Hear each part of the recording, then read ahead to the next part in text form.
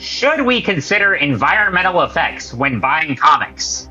This is Systematic Geekology. We are the priests to the geeks.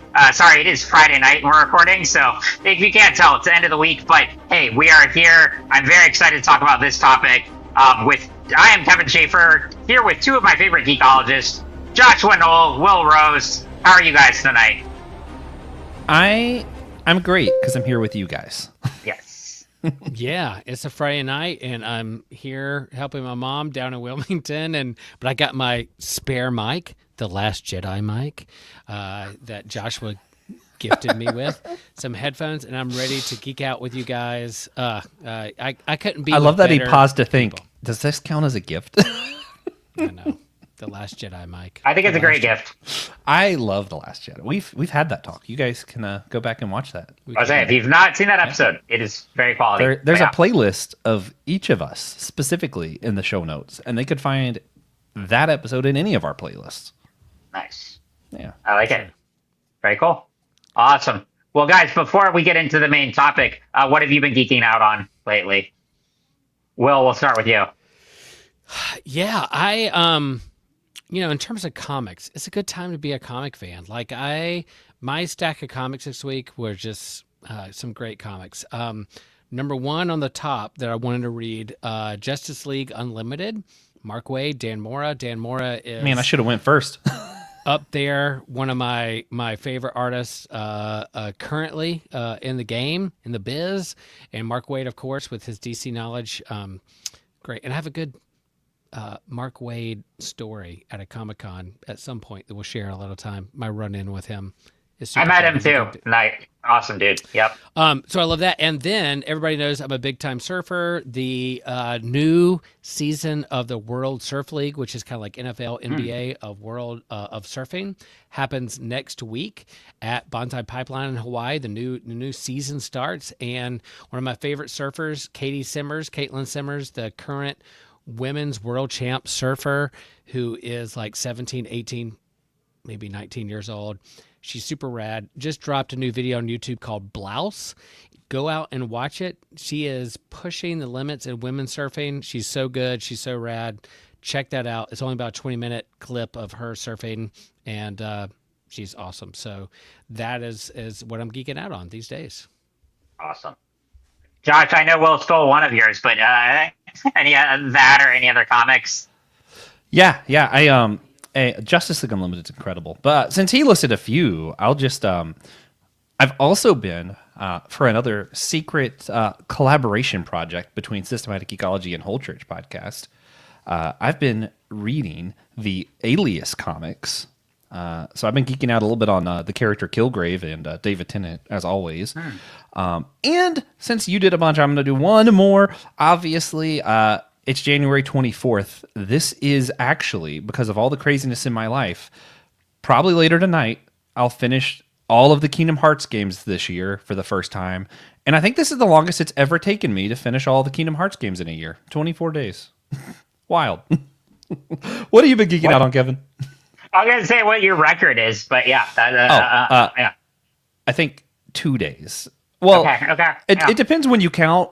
If you only count after the third game came out, 2 days. If you count since forever, 1 day. I used to do it the very first day of the year. I played when it was just Kingdom Hearts, Chain of Memories, Kingdom Hearts 2, and 358x2, and some of the other DS ones. I would do all that in like a day. But now that there's all these other games involved and in between games and Kingdom Hearts 3, it takes a little bit longer. Oh, my gosh.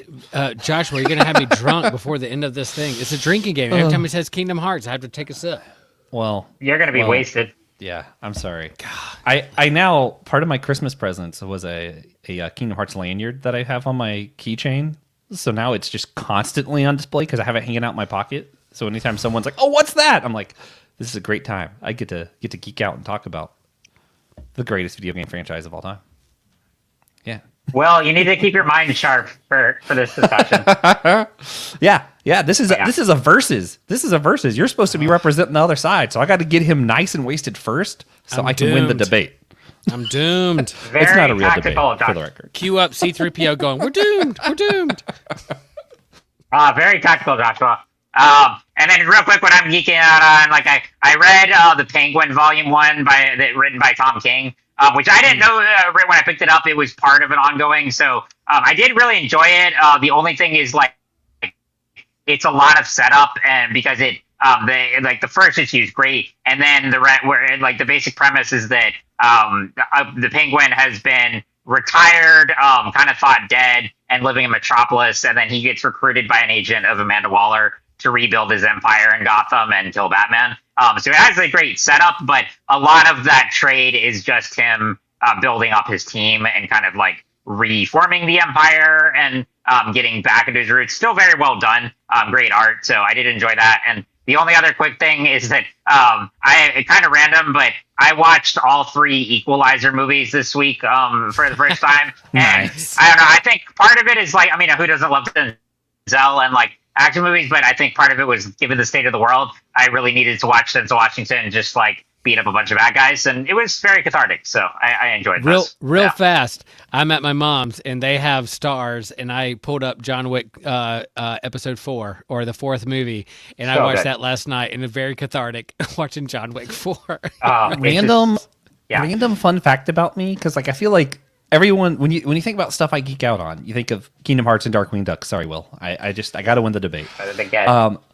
And I feel like no one, like, some people are like, oh yeah, Florida State or like Star Wars, they'll throw in some other stuff. But like, I always feel like it throws people off when they discover that I have a tradition where every single year I refuse to let the year end without watching all of the Ocean's movies. I don't know why. Okay. I love those films. They're great. Yeah. Fantastic. That's my good jam. for Yeah, just a fun fact.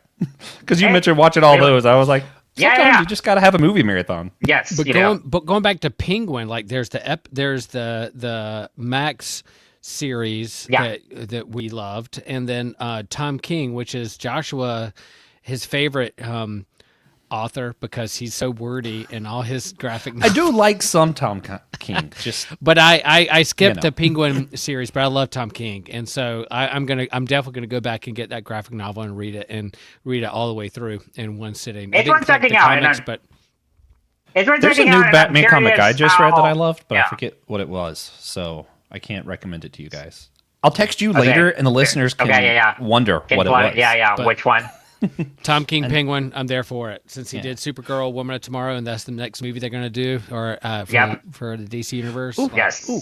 I'm going to tease some of our content. I'm on a roll today, plugging ourselves. Okay, go ahead. I'll text. I'm going to text Kevin and Will later what the name of this comic was that I forgot. But if you guys want to hear it, head over to Comic Book Catch Up, because me and Will are on it together in February, and I'll bring it back up then. Okay. Yeah. Perfect. Right on. Sweet. That actually is a good segue too for a quick if you do want to support the show, support us on Patreon, like this video on YouTube. I know it is winter right now, but if we get hey, well, we got the was it lot likes? It was views. Never mind. Okay, I was gonna, because I saw 61 views on the What's News the other day. For a minute out there, I was excited because I was like, if we get 50 likes on a YouTube episode, we'll do something and film it. During the springtime, we said he would be. It will involve frolicking through the hours. It will involve frolicking, whether that's through the snow, whether that's through flowers. It'll involve something, whether it's in his house. It'll be something. You missed a Speedo. I was in Utah, and it was freaking 8 degrees in Utah where I was skiing in snow.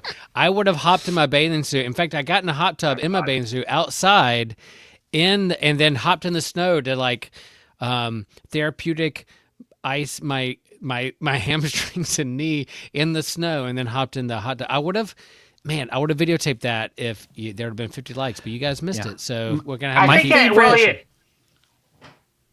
think, Will, you should just film it regardless and then have it on ready so that when we do hit the 50 likes, ready to launch it. We will. I can't wait. My favorite part of this bit is that it definitely started with me and Christian as like an innocent will frolic through flowers, haha. Then Will was like, no, I really will. And then Will keeps anteing it up to now it's snow. Now it's in a swimsuit. And now the most likes we've got on YouTube was like 12. So come on, y'all. We can do this. Yeah, I was the other day. Our views have been 70 some, 100 some, like some of our videos, but 1.8 thousand for the Godzilla. Because they thought they were getting a free movie, but they were. I literally the other day was looking through our YouTube to find the most likes, and I was like, maybe if I just share this and tell people like it, we'll get to the. I'm like trying to force it at this point.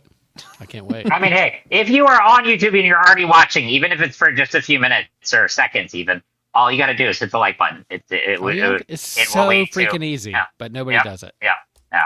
My church won't either. Anyway. My church, just hit the smash button. Smash the like. There's only like 3 or 4 likes a Sunday. Come on, people. Just 100 likes. That's all I need. Well, we do appreciate the support, regardless, to all of our listeners and viewers out there. So we really appreciate you spending some time with us. And tonight, we have a unique topic here. This is one I think Joshua pitched originally, and we've been kind of planning this for a while now. So in this day and age, you can consume comic books in different ways. Obviously, there's the old school physical way of whether you get it from a comic shop or a bookstore or whatever. You can get in single issues, you can get in trades and graphic novels, but you can also do many digital formats. So you can use different comic streaming services, and you can do Apple Books and Kindle and anything like that. But thinking about all of that and thinking about how we consume comics, we're going to look at what that effect has on the environment. So the environmental impact of consuming comics physically in the old school way or digitally, because both have really interesting effects. So we are doing this. I like to think of this as going to be more conversational, but I know Joshua will want to make it more verses, so that's why we do have the verses. I was mostly joking. No, it is. Yeah, I mean, I think because we really want to look at both sides of this, and not in a which one is better and which way, but just looking at the pros and cons of both and avenues and the environmental effects. So I think this will be a really interesting discussion. So starting first about just what are the environmental effects here. So first question. How many trees are cut down to produce paper each year? And this is something I think Joshua has been researching intricately, so I'm going to hand it over to you guys for this. Yeah, so obviously we can't really tell. There probably is studies out there. They're hard to find how many exactly are for comic books, but we know in general around 4 billion trees a year are cut down just to make paper. Most of the time, we don't replenish that. You can do your homework to see which published companies make sure that happens, because usually a published company isn't the one planting the trees, but they can be selective of where they get their paper. So some publishers will make sure that they're getting their paper from a source that's going to plant a tree for when they cut one down. A lot of companies don't do that, and in the comic book realm, there isn't a ton of publishers. You're right. Got a select few to choose from. My understanding is none of them really go through the homework to make sure that they're getting theirs from sources that do this. So that is one concern. There's a lot of concerns. I'm going to be the negative Nancy of the episode. I have concerns on all sides. Sure. Even the digital one, there's a lot less trees being cut down, but they still, for some of the chips in your devices, have to cut down trees to create that. And I'm going to go back to this a lot too. It's a lot like when people are like, well, how do you think your electric car is getting electricity? That's from gas. Well, yeah, but it's using a lot less gas to produce that energy. And that's just kind of something you got to think about. Well, what are your thoughts here on just that and other environmental effects of making physical comics? Yeah, I mean, just going back in terms of my history, I'm a kid that grew up on comics and on the spinner racks and the gas stations and little stores around my house and those kinds of things. And then the local comic store. I really value those things. And I love having the physical copy of the actual book and the comics in my hand. That's just how I read. I don't want to say better, but yeah, I like to have that physical copy in my hand. But I do like digital comics and digital books for some avenues and some reasons. But and I don't know the nuance of the effect on the environment of a particular paper versus digital and the power that it uses in our devices with the chips and then the mining and the fossil fuels and all that goes into those kinds of things. I don't know the nuance. I'd be open to listen to those things and what's better for the environment. I will definitely say that I'm all for bettering our environment and not wanting to pile on the climate crisis that's already out there. So whatever I can do to improve those things, I will listen to the experts and the scientists that are a part of those things. That being said, just to preamble just a little bit, I love the local comic shop and the community and the physical copy, similar to like how we get music, whether it's like digital, Spotify, Apple Music, and then getting the real physical copy of the vinyl in the local vinyl music store to talk about and geek out on music in the vinyl record store versus the comic store. So maybe that's kind of where comics are going in terms of being like kind of a retro like vinyl record store, that comics are going to be that way. But all in all, that's kind of where I am on the spectrum. But I'm open to listen to Joshua and other experts. What's better for the environment, for me to get digital or to have the physical copy? I've definitely tried to slim back the pull list, just my own like bank account of what I'm buying for the rising cost of physical comics. But I'm open to digital comics and what that means. Yeah. I think we're gonna get to it a little bit later, the direction we think comics are going and what role that plays in the conversation. But I wanted to pull this up really quick. Yeah. I had it a little bit later on in the slides, but I think it's important. Some of what Will's getting at here too. I think overall, digital comics are going to be a lot better for the environment. Digital books in general, but if you look at Amazon specifically, which is where a lot of us are, we're going through Kindle, we're using our Kindle app with our comics, its carbon footprint has increased every year for 4 years.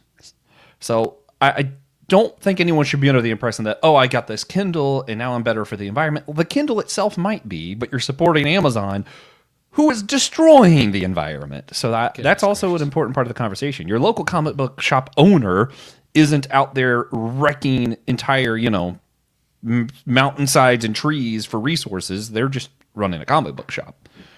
Amazon, on the other hand, I think from my understanding, Google, so if you use like a Google tablet, which I don't, just full transparency, or Apple, if you're like, even if you're using your phone, they don't have the same problem that Amazon does. You can't see this chart very well. The big number is Amazon, and like those little ones further down, that's like every other digital source. Amazon is way worse than the other. I'll also say, like, go ahead, Will. No, I was going to say. Sorry, no, go ahead. Yeah, go ahead. You're good. Trying to figure out what the greater impact can I personally do in this, because I will pull up Marvel Unlimited to read back issues. Current pull list to stay current with a couple of the main comics that I like to pull. I'll get in my local comic shop and support my local comic shop for that. But in terms of like, hey, Ryan Dose is like, hey, you should check out Thor 219 when Jack and Lee were doing this thing. I'm not going to go run to the back issues and hunt them down or buy it off eBay. I'm going to look on Marvel Unlimited and see what that issue is all about. So going to back issues and looking and referencing those things, I'll go digital for that on my phone rather than that kind of stuff. So that's kind of where I am with my digital and then physical copy, but I fully understand. Joshua, I see you with your dog. I know we're breaking the fourth wall, but can you get your dog to talk? Can you get your dog to talk real fast? Well, he's going to get me in trouble because he's supposed to be wearing his muzzle, and I don't want people to see that he's not. I give him like an hour a day because I'm like, I just feel so bad. Yeah, that's good. Yeah. So that's kind of where I am with digital and physical, and I'm all ears to how to help our environment. But those stats of like whether it's Amazon, because I'm going to buy my books at my local bookstore, Flyleaf Books in Chapel Hill, rather than trying to buy it on Amazon.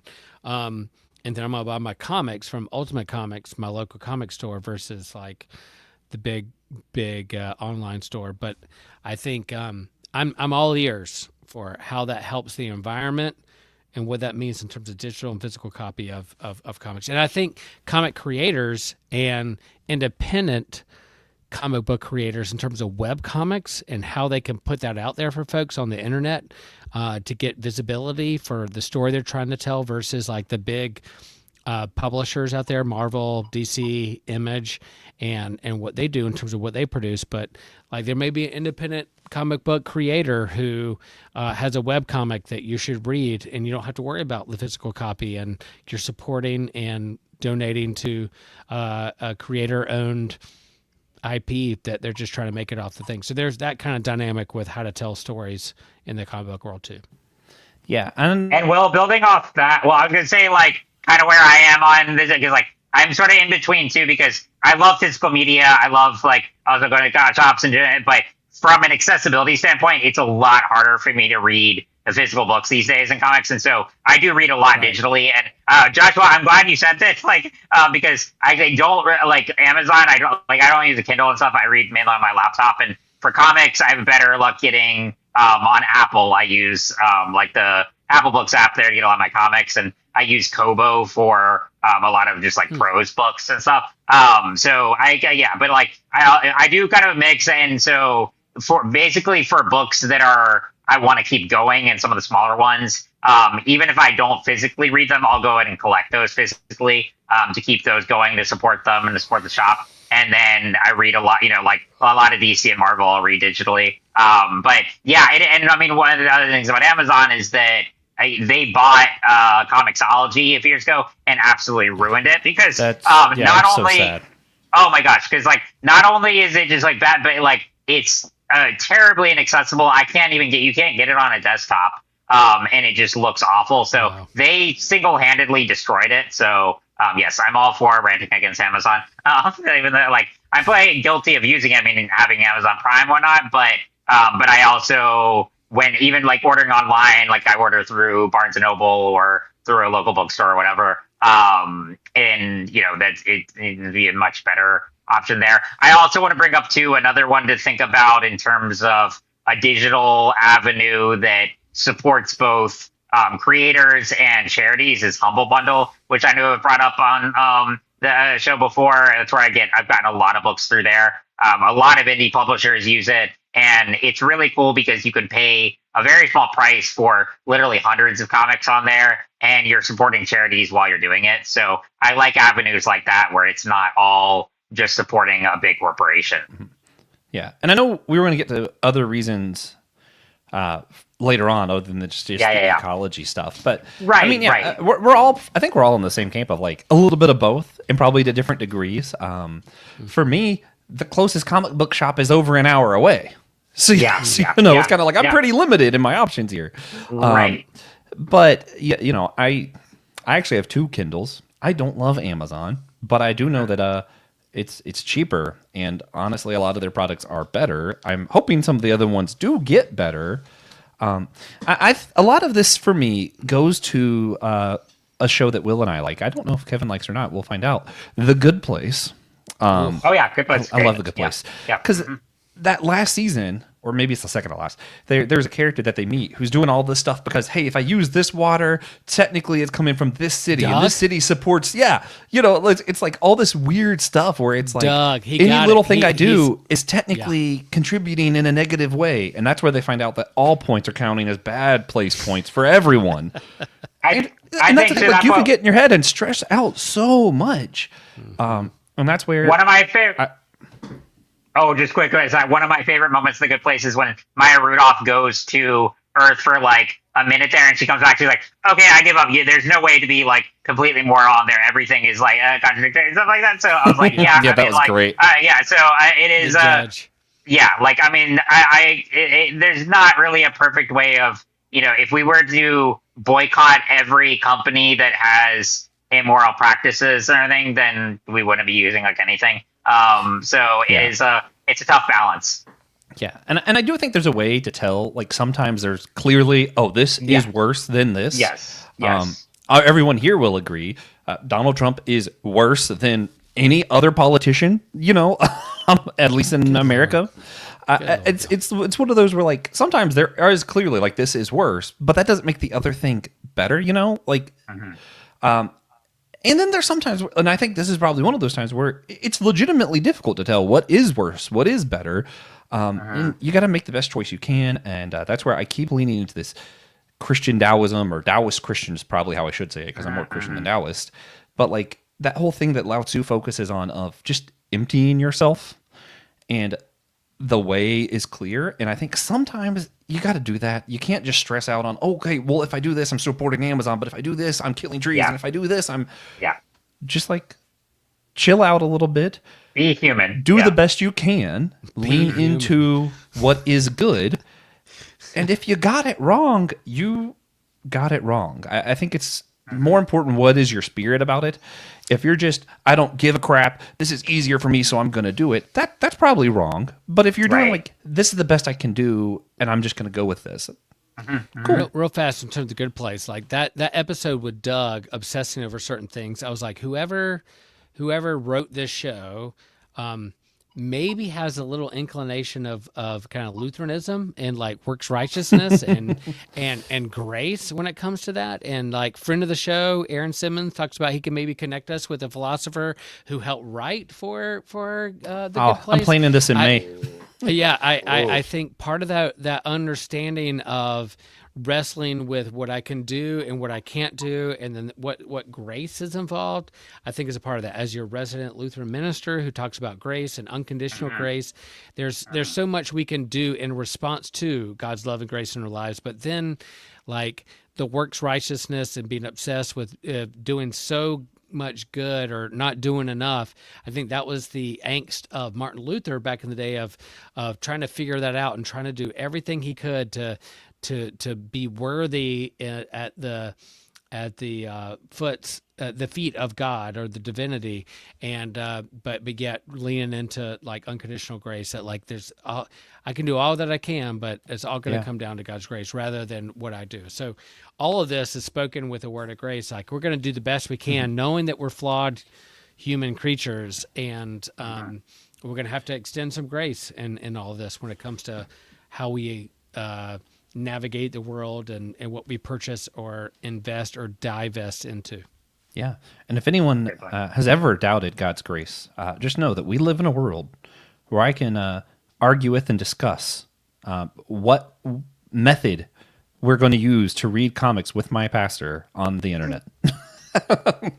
That's not a sentence I ever thought I would hear myself say, and I just had to say it. Yeah, it's what I love about the show. We can have these conversations, but no. That's why we do. Well, is there anything else you want to say? Just as looking at the environmental, natural resource effects of both avenues of consumption. Yeah, I think other than just trees, because a lot of times we're like, well, books killed trees, thus book bad. Yeah, there's a lot more that goes into this stuff. Like even when you're thinking about computers, it's the chips. It's how many machines that are running on fuel that did this to like mine to get the stuff that created your smart device, or and some stuff's above my head, right? Like TJ was explaining to me the other day, because we have a little bit of a disagreement, and we're going to have this disagreement in a meeting soon for our show to get a little bit meta for you guys, about the use of AI, specifically when it comes to like not art, but generative AI, because of how much power it uses. And there is environmental concerns with that too, and that's hard for someone like me to wrap my brain around all the time, because I'm like, my computer was running for the same amount of time. How could that be more power? It's like, actually, my computer was on less time because I didn't have to type all that.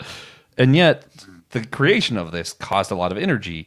And on a recent episode, I had Taylor Thomas on the show, and she was talking to us about, she's from the Appalachians, and how the hurricane hit that thing, and a lot of your metropolitan newspapers talking about how, oh man, the destruction of these backwater cities might really impact the tech industry.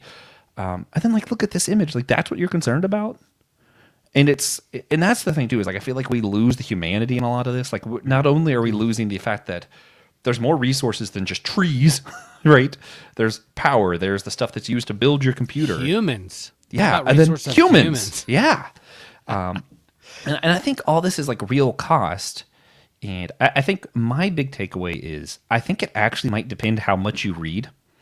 If you read as many books as I do, I truly think that I justify the use of my Kindles, because otherwise, not only would I be killing a lot of trees, I don't have enough space in my house for the amount of books that I read. Yeah. So it's just one of those, like, that makes it easier.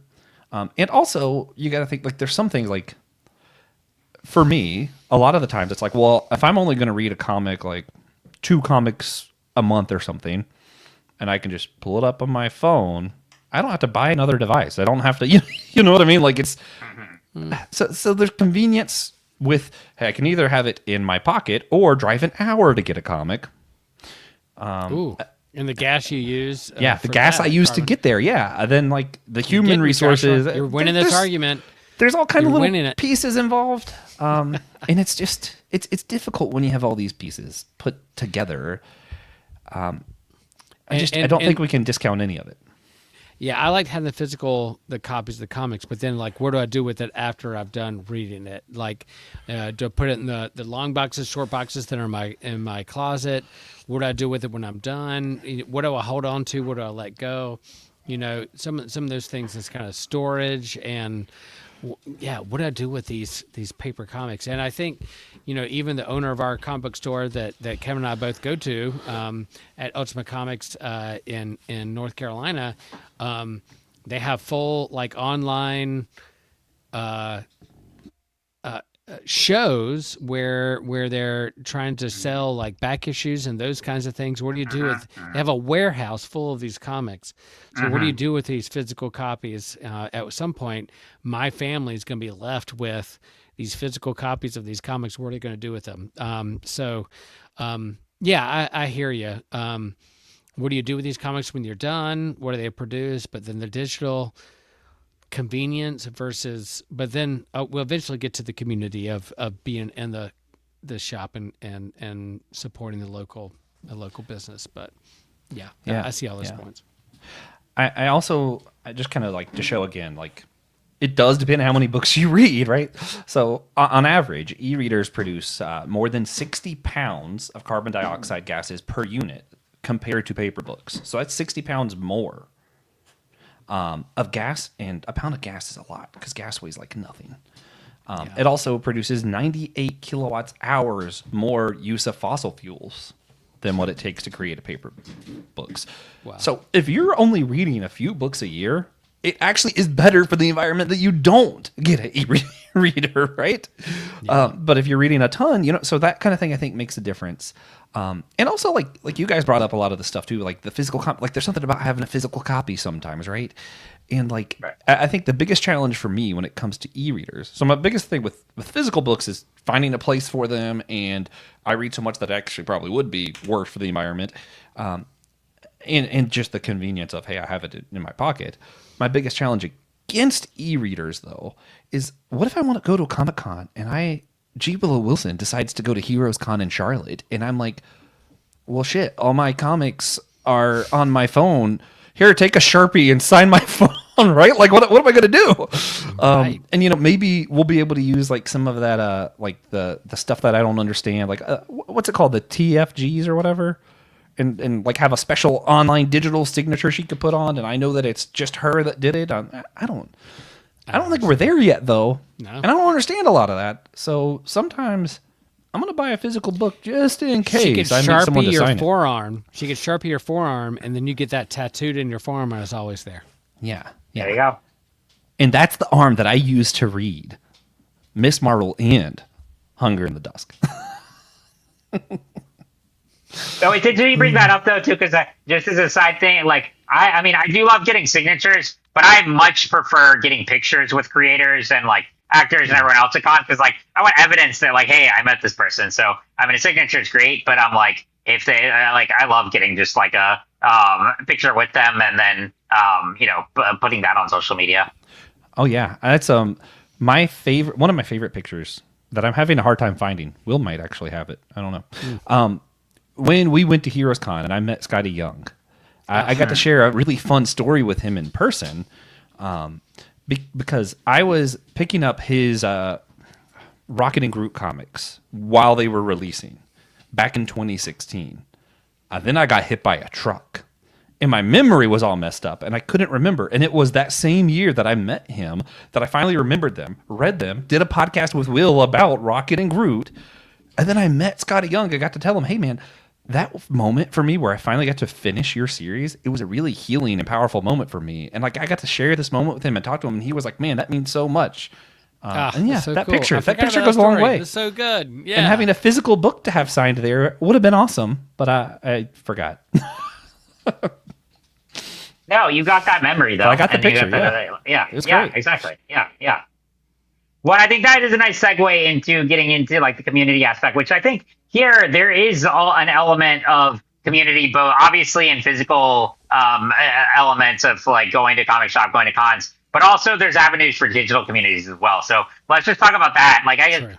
okay, so Joshua, that's a great story. Well, what about you? I mean, obviously you go to the shop all the time, but like, what are some of your like favorite con memories, going to the shop, etc.? I've got a few of mine as well. Yeah, for those listening on the pod, but then on YouTube, you see like us at North Carolina Comic Con this past year, where some of our hosts were gathering together, and then we have Joshua hopping in the TARDIS at Malha Comics in Denver. So yeah, there's something about gathering in the shop, and yeah, you're supporting them in their local business and the economy, but also, hey, what are you reading? What are you geeking out on? What story is inspiring you? What do you like? What do you don't like in comics? What are you really excited about that's coming out? What's new that week? So there's that person-to-person, face-to-face, human-to-human contact of sharing those stories. So yeah, that happened at Comic-Cons where you meet the actual creator and author and artist of the particular thing that you're geeking out on, but there's also the local shop that you hop in each week. I'm a Wednesday warrior. I go in every Wednesday. If not Wednesday, it's probably Thursday or Friday to pick up my pull. I'm not a person who waits weeks and weeks to grab the comics out of my pull. I'm there every week because I want to connect with them. I want to see what's coming out, and I want to read the comics before the next week comes out. So that's kind of where I am in my weekly geek out. I don't spend a ton of money on clothes or other extravagant things. Like I tell my wife, is like, yeah, there could be worse things. There could be boats and midlife crisis that I spend or cars that I spend my money on. But no, it's a $20 a week, $30 a week on comics just to connect with folks and see with these stories that I love to geek out on. So that's kind of where I am. I as a community, it's the people, it's the employees that I really love, and then going to the annual Comic Cons to meet the people behind the stories that I'm geeking out on. So yeah, I'm all about, even if I slim down my pull list because I can't afford it, there will be a few comics here and there that I'll have at the local comic shop that I'll always buy and get. Yeah. Oh, that's great. And then as a story of mine, because I've been to plenty of conventions and shops for the years, but I remember on my parents and I were going to New York back in 2018 for a trip, and like we saw Hamilton. It was great. Like we had a great time, but like I asked if we could stop in New Jersey on the way to go to Jay and Silent Bob's Secret Stash, and like so my mom posted a picture. She's like, "Yeah, we stopped in Jersey to visit the comic shop, but like." And I tried to explain the significance. They were super nice about it. Like they let me say, and as soon as I got in there, 3 of the guys from Comic Men were all there. So so I got to meet. So I met Ming, Walt, and Mike all that day. Brian was the only one not there, and then I met Kevin Smith years later. So it was pretty cool. But it was. I mean, going to like in that case, a store where this long-running pop culture reality show was filmed was really cool, and getting to like meet them in person and just they were just like normal geeks like the rest of us. And so going there, then meeting Kevin later on was awesome. And then yeah, at NC Comic Con, we've done panels like over the years. It's always a blast, and it's just like that in-person connection is, whether it's weekly at the shop or at conventions, you can't put a price on that. It's just like another level of getting, and especially because you see so much toxicity in different avenues of a lot of internet culture and geek culture. And I'll get to this in a sec, the positives of online communities, but there are of course a lot of negativity across the border, and a lot of that is just like spammers and people who frankly do not have things better to do with their time, then bring people down. But then a lot of times when you're in person, you get to see the opposite of that, and you see more inclusion and respect for one another, and everyone just hanging out and having a good time. Yeah. Yeah. So for me, it's challenging, and I'm going to apply this to church too, because I'm not only am I I'm not just an introvert. I have sometimes I get crippling social anxiety. I used to actually get nauseous and would even vomit sometimes just because of people freak me out, which sucks for someone who loves church. I love people. I love going to Disney. It's just the crowds, the people is even just to be honest, when we went to Mile High Comics, there wasn't a lot of people, but it felt so big that it kind of overwhelming for me. So sometimes it's the smaller comic book shops I can do. The bigger ones, I'm and then it depends how crowded it is. I like to go when I know it's not super crowded, but there'll be some people. And that's that's funny to me because I'm so extroverted. I'm more people the better, and you're less people the better. Yeah, well, and that's where all of the online community stuff has helped me a lot, because sometimes it's even on a good day, sometimes it's just a day where I'm I could not bring myself to physically go hang out with you, but having the screen between me makes me feel a little bit more secure. I'm in my own little bubble, but I'm still having this community thing. So it helps me with that. Nice. And, also part of what the cool digital thing is, and this is kind of an aside, but I remember when my grandfather realized he could attend online church and he could take online classes, because he got to a point where he wasn't able to leave his house. And ever since that happened and how excited he got, I get so upset when people are well, you need to really go to church. It's not the same to do it online. And I'm hold up. So you're telling my grandpa couldn't have had the same experience? I don't believe that for a minute. I don't believe that God would do that. I feel like God is present with everyone. And that's, a debate we've had recently on a Space and Time Pokemon episode. But at the same time, there is something about community that's important. I think we can get it digitally, and that's wonderful.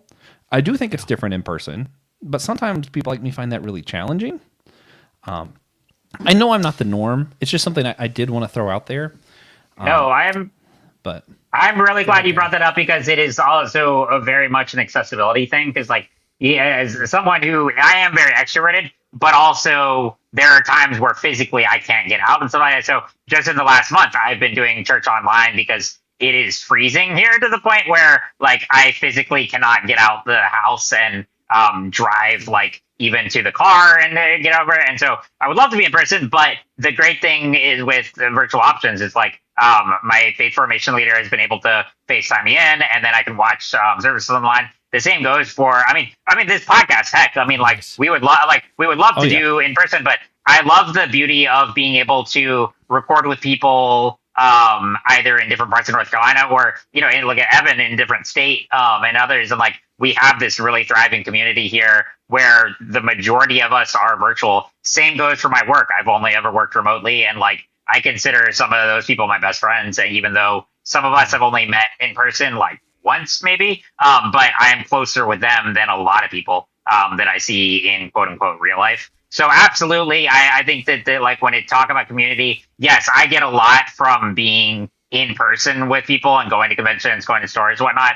But there is also a strong case for digital communities. There's no need to shame people who prefer that over a big crowded space. I don't one does not really negate the other. I think it's just as long as you have community in your life with people who support you and lift you up, I think that's what's important. There, in this day and age, there are different avenues of how we can go about that, and we can definitely use technology to our benefits and for the purposes of community. Yeah, it's interesting because quick thing, Josh. One thing I've been trying to really help my congregation shift from is definitely post-pandemic. People are where is everybody? I'm well, they're here. There's just different ways people engage with the community. So I've been talking more about shifting the language from membership or in person to engagement. How are people engaging with our community? That social media, online views, in person, all of that is not better or worse. It's how are they engaging? Now, for some people and their personalities, what goes deeper, what equips them, what helps them more is in person, face to face. Some people need the online stuff more than the others. So, how are you engaging with that? And then, what does that mean for you to engage with the community? How deep you go, and that's from person to person, case to case. So, one thing I'm trying to and help my people leadership congregation know is using the word engagement, how you engage it. And that goes with our semantic ecology too. Like, how are they engaging? Are they listening? Are they watching? Are they liking a Instagram post? Are they chiming in the comments? Engage with us so that we can engage with you. And there's deeper relationships and community that can go further or deeper when it comes to like how far you engage with whatever community you want to be a part of. Yeah. Insert Facebook plug or Discord plug here. Boom. But no, there's a lot of challenges all around with all of this. Because even so, as much as I firmly believe that there isn't a quality difference really of in person or online. I mean, per person there might be, depending on your personality, right? But I don't think it's because of the medium. I think it's because of you and what you make it. Because I hear a lot of, and usually they're more conservative, but you'll hear a lot of speeches of how like, oh, physical in-person community is so important because you get this, this, and this, but you could never get that out of an online relationship. And I'm like, I have all of that with my online relationships. And like a lot of the people I know, and of course, you tend to hang out with other people like you. So this is just going to be the case. And then you're like, oh, the whole world must be like this. It's not. And I know that. But the people I know will share similar sentiments to me where I'm like, when I think of my church and like who I'm closest with, like, I am a member of Holy Trinity Lutheran Church in Chapel Hill. I love my pastor. I watch most Sundays. I attend sometimes the Lutheran Church in Rock Hill. You're muted, Will. Our new campus pastor's pretty rad, isn't she, Pastor Katie? Isn't she pretty good? Yeah. Yeah. Sorry. I attend sometimes a Lutheran Church in Rock Hill because that's where I live closer to, and you work most Sundays, but when I'm able, sometimes I'll go over there. But when I think of like my community, the people I consider like if you use the term faith community, I'm like, well, I'm far more likely to text Ryan Doves, Christian Ashley, Brandon Knight to tell them, hey, here's how I'm feeling right now, than I am, insert random other person who sits next to me in the pew. So to me, because of my personality, that's just like, that's how I build community. And most of these people I've seen in person less than 10 times. And at the same time, when everything that happened in my life in October happened, I do remember I had a moment when I was home alone and we're doing, stuff online. And I was like, I really wish Will was here and could give me a hug. Because there's some stuff you can't do digitally. So You'd yeah, love to see my there's a both round and to face it. in person. My round face in person. Yeah. Right then, I needed the round face in person.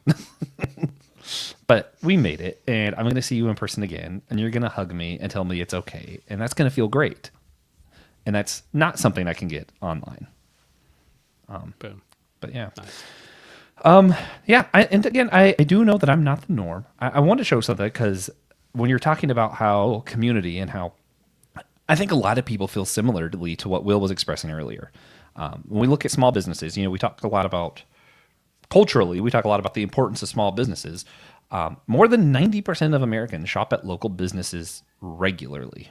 That is a huge majority. And I think that's because people want to be around other people. And when you go to your town, you can go to these local shops and interact with one another. I think that's a large reason why people do this. And that's going to include your local comic book shops, right? The problem we're seeing right now, though, the problem isn't that people aren't going to local businesses. It's that running a business is just not something that's feasible to do in our financial status. Because right now, new businesses are shutting down quicker than they're opening. We have a 91% of Americans shopping at local businesses, but more businesses are shutting down than they're opening. So that is a huge problem that isn't because, we need to shop local. We are shopping local. It's because our infrastructure isn't built to support small businesses. And that's not something that buying digitally or physically can really change, but it is something to consider, especially when we're thinking about like community or otherwise. And then I wanted to bring this up and then let Kevin have his show back. You're good. How people are buying comics has changed a lot, and I know Will brought that up earlier, so I just kind of wanted to show this too. Digital comics still have the smallest. They're growing steadily, which is that chart in the bottom right for those on YouTube. The other chart shows what people are buying, how they're buying their comics. The vast majority right now are buying graphic novels, not comics or digital comics. So that's something I find really interesting. It's like the binge culture is making its way to comic book land. Interesting. And I think you see that in comic, definitely like a big, I like to, iFanboy is a great podcast, and they talk about how people are creating comics, writing comics, and the stories they are writing.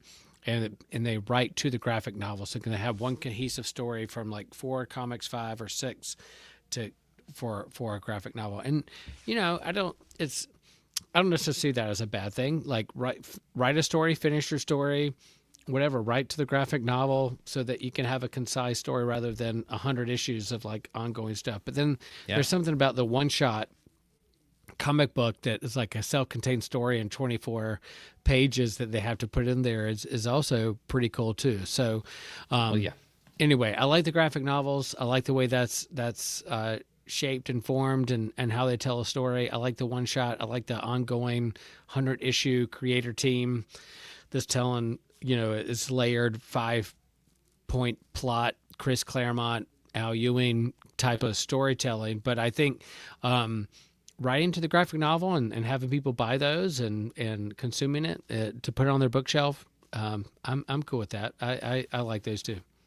Yeah. I also think a big reason for that too is like just when you look at a single issue today versus like Golden Age and Silver Age, is that in those eras there was a lot more text in a single issue. So you could actually get a lot more meat out of a story reading, a superhero comic in the 60s, let's say, versus now you just like plow through it and it's like, oh, that was $3.99. That took me like 5 minutes. So it makes more sense to get at least an arc of a story and pay closer to like $15, or in some cases like Image has a really great avenue where the first volume of a trade paperback in any series is automatically going to be $9.99.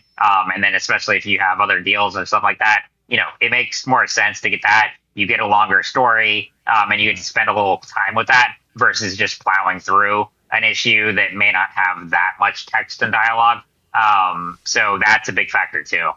Yeah. And I'll add, like, sometimes creator teams feel like they only have 6 or 8 issues to write a comic. So they have to feel like they have to totally revamp and reboot or recon an entire character to say like, oh, this, you've never seen a character like this before. This is going to change the industry just for their like 1 6-issue graphic novel. It's like, no, just tell a story. You don't have to change the industry or be a top 10 graphic novel of all time.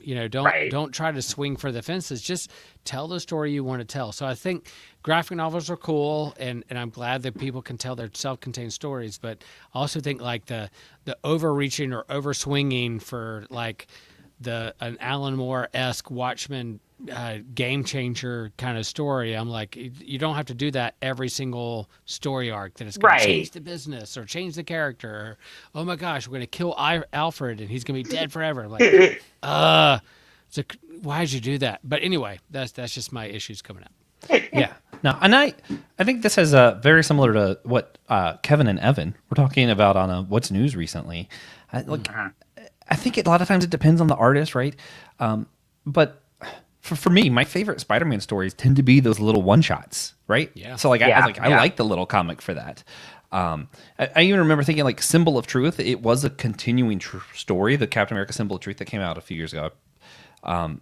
But it's one that I couldn't imagine reading all at once. Like I needed it like issue by issue. Ice Cream Man's another one that's like issue by issue is the way to go. Reading that as a graphic novel would be bad for your mental health, I think.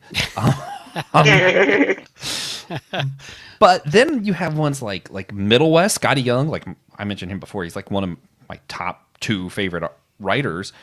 I couldn't imagine reading Middle West issue by issue. Like I feel like you need to sit down with that big omnibus like this and just read it. Which I got to do on an island in a hammock, and it was absolutely fantastic. I remember that. Yeah, it was a good Yep. thing. Yeah. Yeah, but And no, there's different. I think looking at the discussion as a whole, I know we're gonna have focus on the environmental aspect, but just the manner we consume comics, the way the industry is changing, all of these factors come into play. So I guess I don't know, we've covered a lot of points here. I guess just kind of wrapping up here a little bit.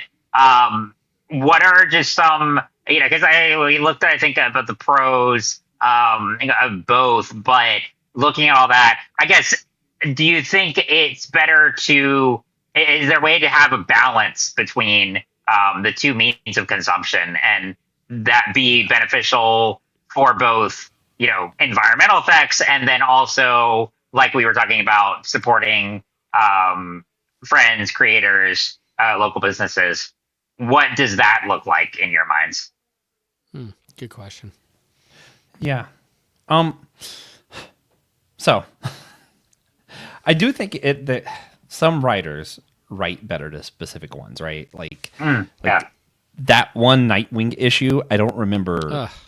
Like that was Tom King, right? What issue was that? No, Do you know? that's Tom Taylor. Tom Taylor. Okay. And man, I forgot the artist, but he's primo. Yeah. This one Bruno, digital though. I think it was Bruno something. Let me look up. Yep. Because that's going to bother me too. Bruno. I love that. My favorite thing reading this as a digital comic though was you pull it up, you double tap so you can do panel by panel and you like swipe, and like the way it's drawn makes you feel fast paced, and then like actually doing the action made me like I felt like I was running through the city, and I'm like, that was made like that was made with this format in mind, and it enhanced it. Yes. Another one, Mike Mignola, he does a wonderful job with the Hellboy comics. Like when you're sliding through panels where it's like all of a sudden we're going to go to a half page. So you're going through panel by panel, reading a normal story. And all of a sudden the monster's actually going to just leap out at you right here. And you're like, yes. what? So some of the writers, without anything else in mind, just how you're going to enjoy it, some of them make it where it's a really pleasurable experience to do it digitally. Some of them are really good artists, and it's just better to have that book, The Nightwing artist is Bruno Redondo. I looked it up. He's great. An Eisner Award-winning, the Eisners are the Oscars for comics, so Eisner Award-winning thing. And Tom Taylor made me love Nightwing in a way that he's one of my favorite characters of all time now because of Tom Taylor. So good. Yeah. But Yeah. and it's like, how do you consume these stories that you love? They're not going away. People are going to continue to write and create stories with words and pictures. We've been doing it since cave drawings, right? And iconography. It's going to happen. It's not going away. It's never going away. But in terms of how you consume it and then being intentional, how you consume that with your local or digital is similar how we do our faith, in terms of like, how do we engage with community? How do we do our own personal interior work by reading a book on our own by ourselves, and then engage with community the same way in these geek communities, and how we engage comics is the same way we do with our faith and other things. Like how are we going to be intentional and educate ourselves and how this helps the environment, but also what edifies the community and the greater good for those relationships that we're entrusted with. So you'd think they're just comics and funny books and but no, there's intentionality about the communities we engage with and how it affects us internally and externally. So anyway, it's a deeper question, and glad that we're having this and there to promote it and engage with it with others. Yeah. I think for me, the way I go about it, amen to everything my pastor said. But also it depends on when and where I'm reading, what reason for it. Like I said, if it's a book that I'm like, I'm going to want to get this signed one day, obviously I'm going to get a physical copy, Right. If it's something that I'm just picking up because I enjoy the story and I don't particularly have an attachment to the writer or anything, like right now, I love Justice League Unlimited. I have no need to have those signed personally. And I'm not going to drive an hour once a month to find my comic book shop, So I'm like, hey, I'm fine just having this automatically download on my phone. I wake up early Thursday morning and go, oh, heck yeah, flip through. It's a great time. But if I also, during the summer, I buy a lot more physical because I'm like, I'm going to go to the pool. I'm going to read comics by the pool. And right now, The glare is so bad. Like I gotta have a physical book, unless you like get like the paper soft, color soft Kindle or whatever, which apparently makes all the coloring look green. And I'm like, well, I kind of don't want that either. So I'm just gonna buy a book and go to the pool.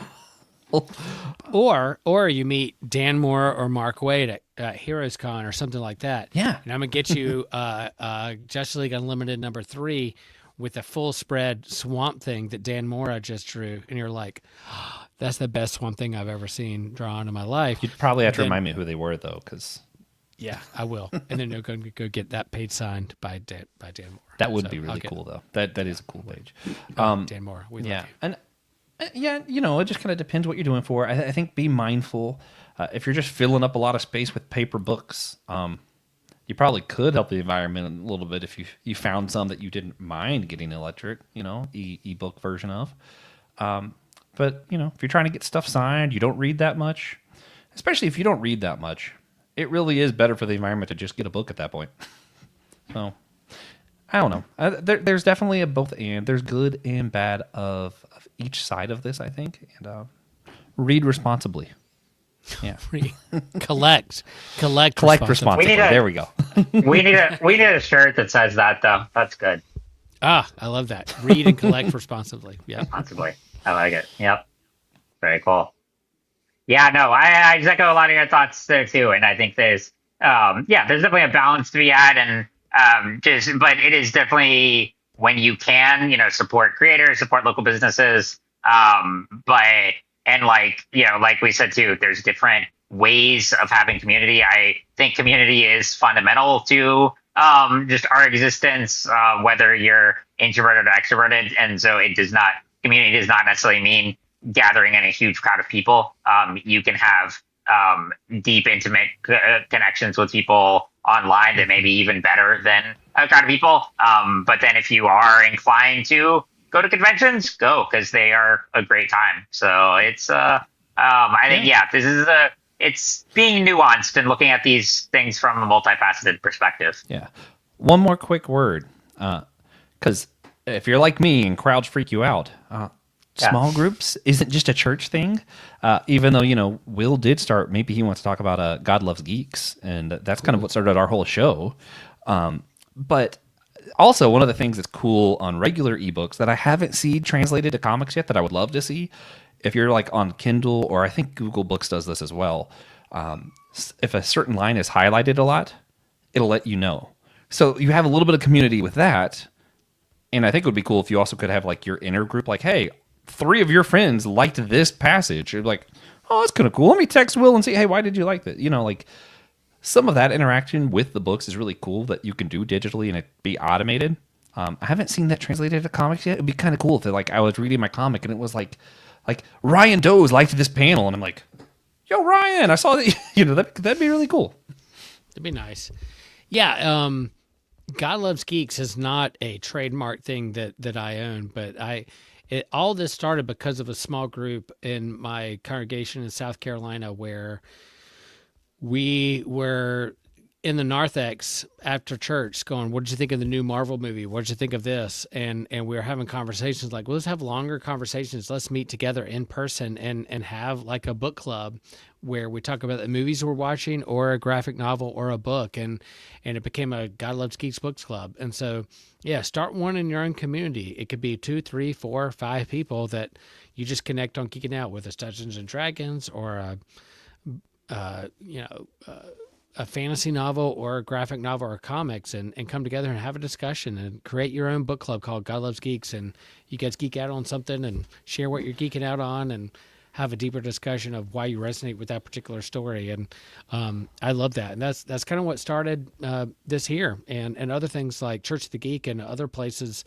There's lots of things out there where people are geeking out on things, and how do you connect and create community around that and friendships? And that's what it's about. And the best thing is, if you got 3 of you, then maybe one person collected all the single issues physical copy, then one person did all the digital ones, and then the other one has the graphic novel, and you can bring them all together and coexist. Yeah. I love it. Sweet. Well, guys, this has been great. Just wrapping up, do you have a recommendation you want to share, either related to this topic or something else entirely. I have also been rereading the current run of Swamp Thing. Ooh. I've just discovered I love Swamp Thing just as a character. I assumed he was just going to be the same thing as like Man Thing from Marvel. Mm-mm. He kind of is, but the character wildly different, way better. Yeah, so I just recommend Swamp Thing, the character. Have you read Alan Moore's run? Read Alan Moore's. I think you need to do that, Joshua. I got to finish this. I got to catch up on this run. Yeah. There's so much to read. Then go to Alan Moore's run on Swamp Thing, and you'll yeah. Oh. Okay, I got you. Yeah, and I will say that Swamp Thing just showed up in Justice League Unlimited that we're just talking about reading with Mark Waid and Dan Mora. So him showing up at the last 3 pages of the current run on Justice League Unlimited is pretty good. So I hope they keep running with that. Yeah, I guess those are my recommendations. There's a bunch of comics that I'm reading. If you like the latest Loki series on Disney Plus and the TVA, the Time Variant, there's a new comic, TVA, that is running, and issue 2 just came out this past week, and I'm reading. So if you like that in the Disney Plus streaming series, there's the graphic novel or / comic coming out with TVA that's going to be a lot of fun. Nice.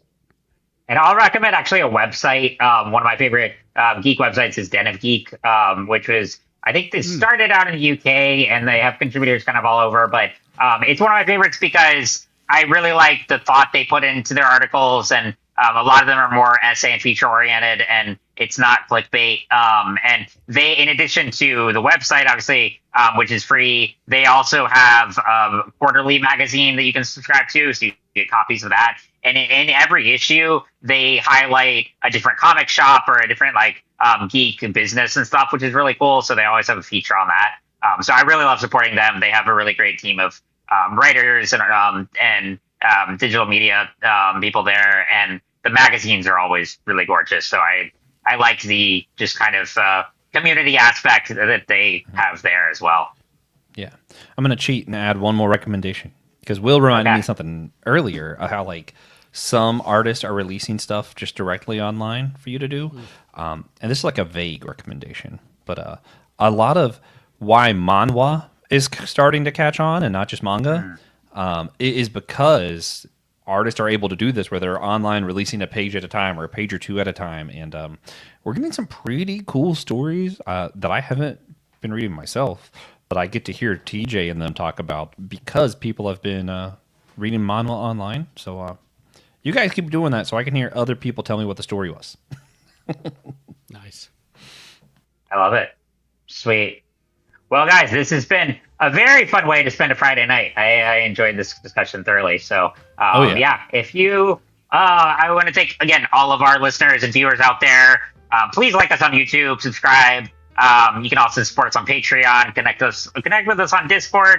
We are all over. So, and leave us a review. It always really helps, and we appreciate your support. And remember, we are all a chosen people, a geekdom of priests. Peace.